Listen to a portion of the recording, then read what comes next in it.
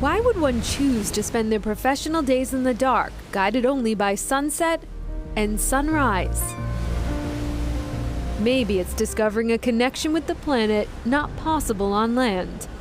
Why would one choose to leave Safe Harbor at an age many are tying up their well-earned accomplishments? That's where life is wonderful in a way. It's just it brings you opportunities, and if you are flexible enough to follow the path it's offering you, it leads you to places you would never have dreamed of. And why risk a measure of safety to explore moments where the only thing certain is change? Your platform is moving around. Half your people are sick, seasickness. You're faced with the weather changing all the time, and there's just a lot of challenges.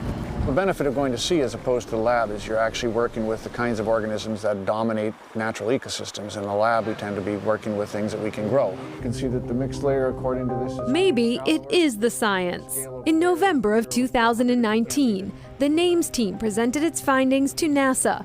Measured by the volume of data collected, it's the most successful ocean study funded by the organization.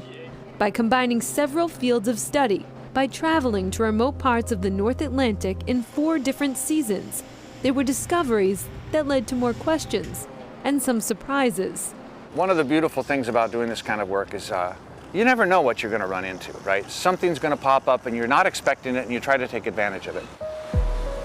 On a quiet morning, a coffee on a chilly deck reveals something remarkable. We don't see any steam, and that's because the air here is really, really clean. Computer data confirms the group stumbles on the cleanest air they have ever recorded on Earth.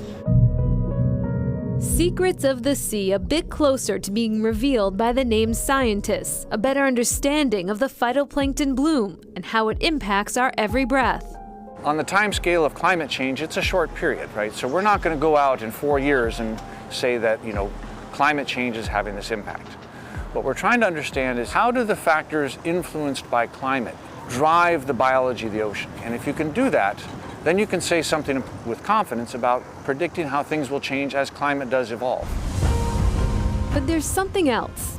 The ocean is a calling. Probably the most beautiful place I've ever been is in the middle of the ocean. More than just numbers, more than backbreaking work. When one leaves the dock, there is a realization that there will be moments of self-discovery. It's a calming experience. It's a grounding experience. I think one of the things that's always an inevitable consequence of going to sea is that when you come back home, it's overwhelming. And you realize that I've actually been someplace special, that there's an awful lot that we're dealing with on a daily basis, that if we could get rid of it, we would find another part of us that's important to pay attention to.